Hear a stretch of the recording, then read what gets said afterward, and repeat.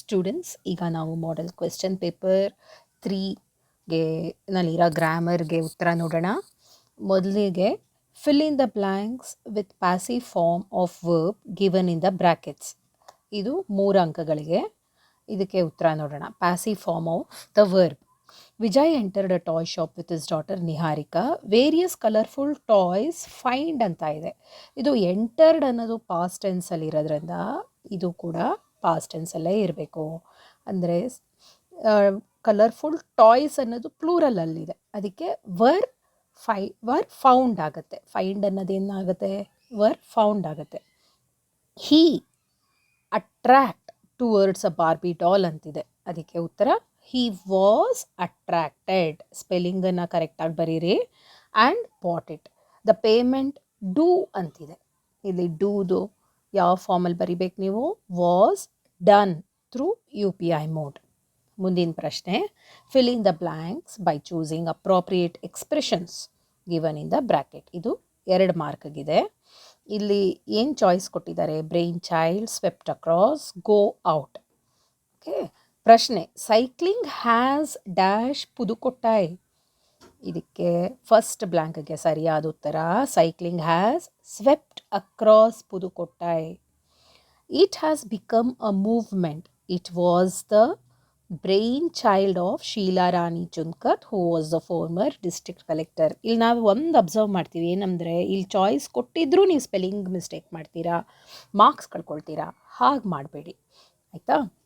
ಆಮೇಲೆ ಪೂರ್ತಿ ಸೆಂಟೆನ್ಸಸ್ನ ಬರೆದು ಉತ್ತರನ ಅಂಡರ್ಲೈನ್ ಮಾಡಲೇಬೇಕು, ಫುಲ್ ಮಾರ್ಕ್ಸ್ ಬೇಕು ಅಂದರೆ. ಮುಂದಿನ ಪ್ರಶ್ನೆ, ಇದು ಮ್ಯಾಚ್ ದ ಫಾಲೋಯಿಂಗ್. ಎ ಸೈಡಲ್ಲಿ ನೌನ್ಸ್ ಇರುತ್ತೆ, ಬಿ ಸೈಡಲ್ಲಿ ಎ ಸೈಡಲ್ಲಿ ಪ್ರನೌನ್ಸ್ ಇರುತ್ತೆ, ಬಿ ಸೈಡಲ್ಲಿ ನೌನ್ಸ್ ಮತ್ತು ನೌನ್ ಫ್ರೇಸಸ್ ಇರುತ್ತೆ. ಇದು 5 ಮಾರ್ಕ್ಗೆ. ಈಸಿಯಾಗಿ ನೀವು 5 ಮಾರ್ಕ್ ಇಲ್ಲಿ ತೊಗೊಳ್ಬೋದು, ಏನೂ ಕಷ್ಟಪಡದೆ. Okay. Anne Frank and her family members moved into a secret hiding place. They were forced to stay there for 2 years. She recorded all the incidents in a diary, which she named Kitty. This was handed over to her father after her death in the concentration camp. He in turn published the book. A ಸೈಡಲ್ಲಿ ಏನೇನಿದೆ? Pronouns they, she, which, her, he. B ಸೈಡಲ್ಲಿ noun phrases diary, Anne Frank's apostrophe s, father, Anne Frank's family members, camp English. ಇವಾಗ ಇದನ್ನು ಹೇಗೆ ಬರೆಯೋದು ಅಂತ ನೋಡೋಣ. ನೀವು ಮೊದಲಿಗೆ ಎ ಮತ್ತು ಬಿ ಸೈಡ್ ಎರಡರಲ್ಲೂ ಬರಿಬೇಕಾಗತ್ತೆ. ಬರೀ ನಂಬರ್ಸ್ ಬರೆದು A3 B2 ಹಾಗೆ ಬರೆಯೋ ಹಾಗಿಲ್ಲ. ನೀವು ನಾನು ಇಲ್ಲಿ ಹೇಗೆ ತೋರಿಸ್ತಿದ್ದೀನೋ ಹಾಗೆ ಬರೆದ್ರೇ ನಿಮಗೆ ಪೂರ್ತಿ 5 ಅಂಕಗಳು ಸಿಗೋದು. ಮೊದಲು ಎ ಸೈಡ್ ಏನು ಪ್ರನೌನ್ಸ್ ಇದೆಯೋ ಅದನ್ನು ಹಾಗೆ ಬರ್ಕೊಳ್ಳೋಣ. They, she, which, her, he. Numbers ಬದಲಾಯಿಸ್ಬೇಡಿ, ಹೇಗಿದೆಯೋ ಹಾಗೆ ಬರ್ಕೊಳ್ಳಿ. ನೆಕ್ಸ್ಟ್ ಬಿ ಸೈಡ್, ಆಯಿತಾ? ದೇ ಅಂದರೆ ಯಾರು? ಇಲ್ಲಿ ದೇ ಅಂದರೆ Anne Frank's family members. Punctuation marks ಎಲ್ಲ ಕರೆಕ್ಟಾಗಿ ಕೊಡಿ ಹಾಗೂ ನಂಬರ್ 5 ಅಂತ ಇರೋದನ್ನು ಕರೆಕ್ಟಾಗಿ ಬರೀರಿ. ಎಗೆ ಉತ್ತರ number 5, Anne Frank's family members. B, she ಅಂದರೆ ಯಾರಿಲ್ಲಿ? She is refer to Anne Frank herself. So B, ಶೀಗೆ ಉತ್ತರ ನಂಬರ್ 2, ಆ್ಯನಿ ಫ್ರ್ಯಾಂಕ್, ಆಯಿತಾ? ನೆಕ್ಸ್ಟ್ ಸಿ, ವಿಚ್ ಅಂದರೆ ಇಲ್ಲಿ she is referring to her diary. So ಇಲ್ಲಿ ಡೈರಿ ಅನ್ನೋ ಉತ್ತರ ಇದೆಯಾ? ಹೌದು ಇದೆ. That is 1, which is diary. ಆಮೇಲೆ ಡಿ, ಹರ್ ಅಂದರೆ ಯಾರು ಇಲ್ಲಿ? Her father. ಹರ್ ಅಂದರೆ ಆ್ಯನಿ ಫ್ರ್ಯಾಂಕ್ಸ್ ಫಾದರ್, ಅಪಾಸ್ಟ್ರಫಿ-ಎಸ್, ಆಯಿತಾ? ಆ್ಯನಿ ಫ್ರ್ಯಾಂಕ್ಸ್ ಮೂರನೇದಿದೆ ನೋಡಿ ಇಲ್ಲಿ, ಆ 3 ಕರೆಕ್ಟಾಗಿ ಬರೀರಿ. Third answer any Frank's father. ಇಲ್ಲಿ ಅಪಾಸ್ಟ್ರಫಿ ನೀವು ಹಾಕಲಿಲ್ಲ ಅಂದರೆ ಮಾರ್ಕ್ಸು ಹೋಗುತ್ತೆ. ಈ ಥರ ಮಿಸ್ಟೇಕ್ಸ್ ಖಂಡಿತವಾಗ್ಲೂ ಮಾಡಬೇಡಿ. Anne Frank's. ಕಡೆಯದಾಗಿ ಹಿ ಅಂತಂದರೆ ಇಲ್ಲಿ ಹಿ ಇನ್ ಟರ್ನ್ ಪಬ್ಲಿಷ್ಡ್. ಯಾರು ಪಬ್ಲಿಷ್ ಮಾಡಿದ್ದು? That is her father, Anne Frank. Father is the answer, ಆಯಿತಾ? ಈ ಮ್ಯಾಚ್ ದ ಫಾಲೋಯಿಂಗಲ್ಲಿ ನಂಬರ್ಸನ್ನು ಕರೆಕ್ಟಾಗಿ ಹಾಕಬೇಕು, ಅದನ್ನು ನೆನ್ಪಿಟ್ಕೊಳ್ಳಿ. ಈಗ ಮುಂದಿನ ಪ್ರಶ್ನೆಗೆ ಹೋಗೋಣ. Part D, rewrite as directed. ಅಂದರೆ ಏನು ಹೇಳಿರ್ತಾರೋ ಅದಕ್ಕೆ ಕರೆಕ್ಟಾಗಿ ಉತ್ತರ ಬರಿಬೇಕು. ಫಸ್ಟ್ ಕ್ವೆಶ್ಚನ್ ಇಲ್ಲಿ, Nisha is used to come to college dash bus. Appropriate preposition use ಮಾಡಬೇಕು. Nisha is use to come to college by bus is the correct answer. ಮುಂದಿನ ಪ್ರಶ್ನೆ, ಇದನ್ನು ಮೀನಿಂಗ್ಫುಲ್ ಸೆಂಟೆನ್ಸ್ ಆಗಿ ಇದನ್ನು ಅರೇಂಜ್ ಮಾಡಬೇಕು. ಇಲ್ಲಿ ಏನು ಕೊಟ್ಟಿದ್ದಾರೆ, every its own country has. Okay, ಇದನ್ನು ಇವಾಗ ಅರೇಂಜ್ ಮಾಡೋಣ. Every country has its own language is the correct answer. ನೋಡಿ, ಗ್ರಾಮರಲ್ಲಿ ಎಷ್ಟು ಸುಲಭವಾಗಿ ನೀವು ಮಾರ್ಕ್ಸ್ ತೊಗೋಬೋದು. ಇಲ್ಲೂ ಕೂಡ ಅಷ್ಟೇ, ಕೆಲವು ಮಕ್ಕಳು ಸ್ಪೆಲ್ಲಿಂಗ್ ಮಿಸ್ಟೇಕ್ಸ್ ಮಾಡಿ ಮಾರ್ಕ್ಸ್ ಕಳ್ಕೊಳ್ತಾರೆ. ಹಾಗೆ ಮಾಡಬೇಡಿ, ಆಯಿತಾ? ಕರೆಕ್ಟಾಗಿ ಉತ್ತರ ಬರೆದು ಪೂರ್ತಿ ಮಾರ್ಕ್ಸನ್ನು ತಗೊಳ್ಳಿ.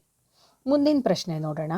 One of my friends dash within brackets is are are living in Mysuru. Okay, ನೀವು ಇಲ್ಲಿ ಏನು ಮಾಡ್ತೀರಾ, ಫ್ರೆಂಡ್ಸ್ ಪ್ಲೂರಲ್ ಇದೆ ಅಂದ್ಬಿಟ್ಟು ಆರ್ ಬರೆದ್ಬಿಡ್ತೀರಾ. ಹಾಗೆ ಮಾಡಬಾರ್ದು.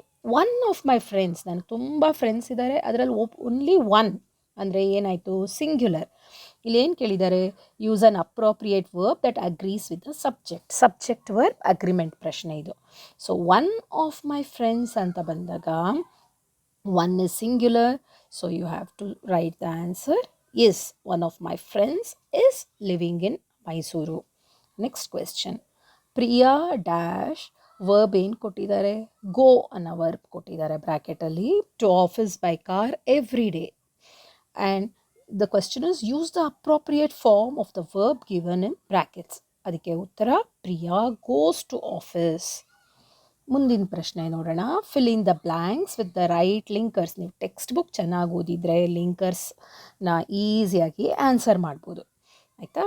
Basavayya bedecked himself with gold, diamonds, dash other precious stones. ಇಲ್ಲಿ ಅಪ್ರೋಪ್ರಿಯೇಟ್ ಲಿಂಕರ್ ಯಾವುದು, ಆ್ಯಂಡ್ ಅದರ್ ಪ್ರೆಷಿಯಸ್ ಸ್ಟೋನ್ಸ್, ಆಯಿತಾ? Dash his house looked dull and empty. ಆದ್ರೇನೂ ಅವನ ಮನೆ ಡಲ್ ಆ್ಯಂಡ್ ಎಂಟಿ ಇತ್ತು ಅಂದರೆ ಇಲ್ಲಿ ಯಾವುದು, but is the appropriate linker. ನೀವು ಇದನ್ನು ಓದಿ ಅರ್ಥ ಮಾಡ್ಕೊಳ್ಳಿ, ಯಾವಾಗ ನಿಮ್ಗೆ ಈಸಿಯಾಗಿ ಮಾಡ್ಬೋದು, ಆಯಿತಾ? Dash Tamanna's books were not there. ಯಾಕೆ, because Tamanna's books were not there. Okay, full stop.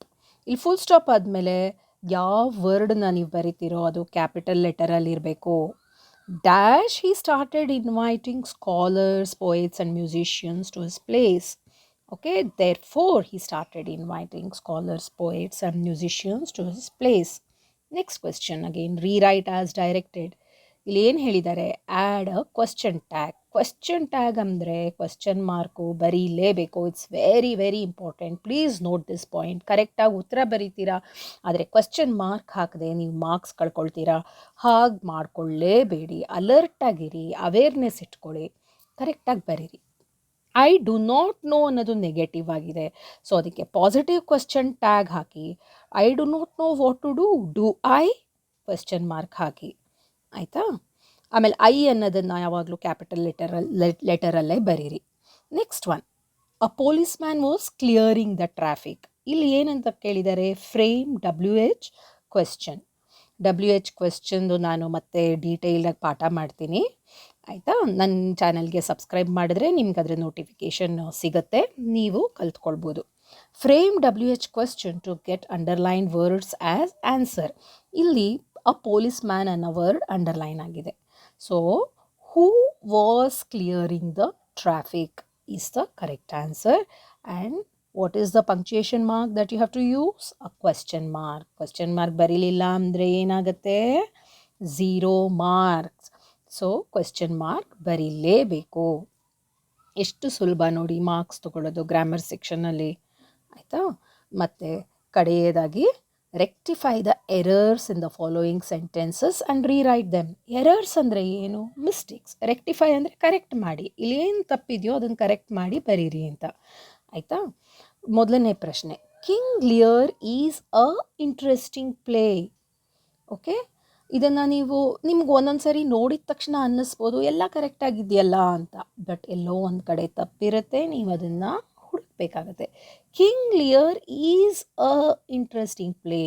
ಇಲ್ಲಿ ಓವಲ್ ಇರೋದ್ರಿಂದ ನೀವು ಆ್ಯನ್ ಇಂಟ್ರೆಸ್ಟಿಂಗ್ ಪ್ಲೇ ಅಂತ ಮಾಡಬೇಕಾಗತ್ತೆ. ಸುಮ್ಮನೆ ನೀವು ಅದನ್ನು ಸರ್ಕಲ್ ಮಾಡಿ ಆ್ಯನ್ ಅಂತ ಬರೆದ್ರೆ ಮಾರ್ಕ್ಸ್ ಸಿಗೋದಿಲ್ಲ. You have to rewrite them. ಮತ್ತೆ ಬರೀಬೇಕು. ಕರೆಕ್ಟಾಗಿರೋ ಉತ್ತರನ, ಸರಿಯಾದ ಉತ್ತರನ ಮತ್ತೆ ಬರೀಬೇಕು. ರೀರೈಟ್ ದೆಮ್ ಅಂದರೆ ಕರೆಕ್ಟಾಗಿರೋದನ್ನು ಮತ್ತೆ ಬರೀಬೇಕು, ಪುನಃ ಬರೀಬೇಕು. So King Lear is an interesting play ಅಂತ ಬರೆದು ನೀವು ಆ್ಯನನ್ನು ಅಂಡರ್ಲೈನ್ ಮಾಡಿ. ಆಯಿತಾ? ಮತ್ತು next one, Brijesh pray every morning. Brijesh prays, S add ಮಾಡಬೇಕಾಗತ್ತೆ ವರ್ಬ್ಗೆ ನೀವು. ಆಯಿತಾ? ಸಿಂಗ್ಯುಲರ್ ಇದ್ದಾಗ ನಾವು. So here Brijesh prays every morning is the correct answer. Students, I hope this video has helped you, and if you like it, do give a like, share it with your friends, and do subscribe the channel. And if you want anything, ನಿಮ್ಗೆ ಇನ್ನೇನಾದರೂ ಬೇಕು ಅಂತ ಅಂದರೆ ನನಗೆ comment ಬಾಕ್ಸಲ್ಲಿ ತಿಳಿಸಿ. ನಾನು ಆದಷ್ಟು ಬೇಗ ಅದನ್ನು ನಿಮಗೆ ವಿಡಿಯೋ ಮಾಡಿ ತಲುಪಿಸ್ತೀನಿ. All the best for your exams.